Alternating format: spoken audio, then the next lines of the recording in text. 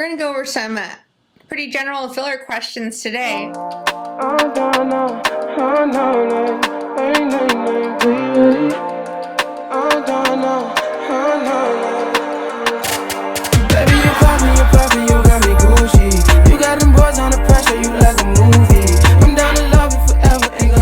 what is dermal filler? So dermal filler is usually made out of hyaluronic acid, and that is a molecule that's already found in our bodies.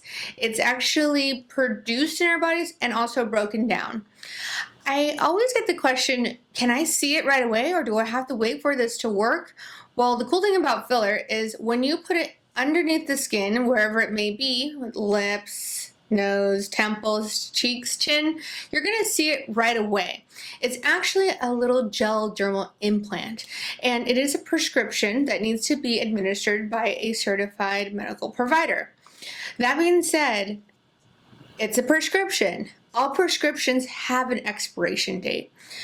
Typically, fillers have a shelf life of 1 to 2 years, and that just depends on the consistency of the filler and the brand.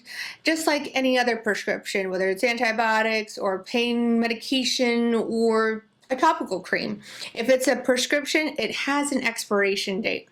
Once it's injected inside of your skin, then it's actually going to get metabolized at the rate of your body's metabolism rate, or how thick the filler is itself. So some fillers have a thicker viscosity or a firmness, whereas some fillers have a very smooth or soft viscosity.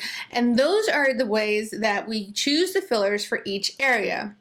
We're not going to choose a super firm, hard filler that we would put to mimic bone, like for a jawline or a chin or maybe cheekbones, into the lips, because the lips are soft and they should move mobily. So we want to match that filler type to the structure that we are also addressing. So that's kind of how that decision goes. So filler is seen pretty much immediately when you leave the office. It's good to stay hydrated because the hyaluronic acid that is in this filler loves water. What it does is the gel brings water towards it, and that's how it plumps or volumizes the area that it's placed in. Can filler damage the skin? Sometimes I get this question, and it is interesting. I would say that if you're using the appropriate amount, you are not damaging your skin. If you have maybe very petite lips and you're putting a ton of filler in there all at once, then yes, it could really stretch out the skin or look irregular, and that's not so great. But overall, if you're using the appropriate amount and you're having a natural revolumization of the area that you're treating, it is very safe to use, and it can actually help encourage some collagen and elastin reproduction.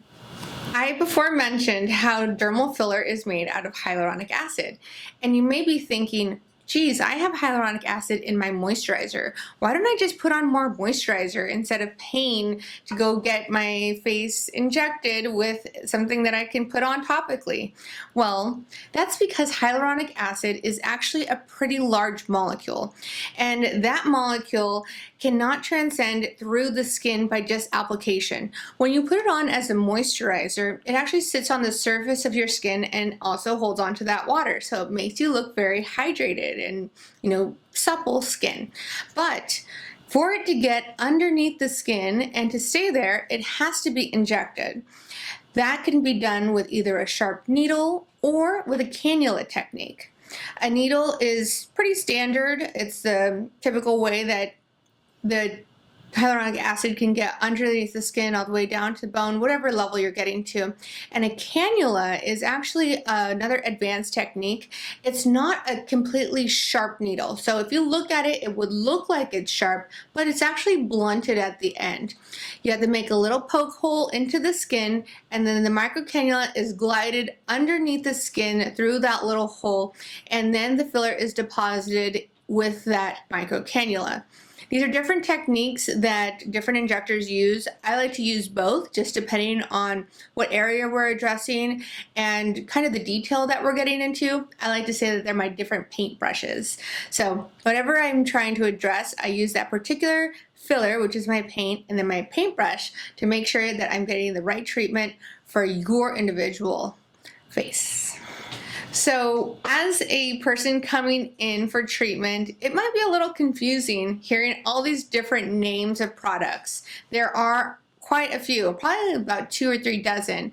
Restylane is going to be a dermal filler. Juvederm is going to be a dermal filler. The RHA line and Versa is going to be a filler. Those are different than the toxins like Dysport, Jeuveau, and Botox. Completely different. So when you hear those first names I mentioned, we're talking about volumizing the face or giving structure to somewhere. And we're talking about the other products like Dysport, Botox, and Jeuveau, we're talking about relaxing muscles. So when you hear Restylane, Versa, Juvederm, RHA, that's filler. Thanks for watching, and if you enjoy the aesthetic educational content, click here and subscribe for more.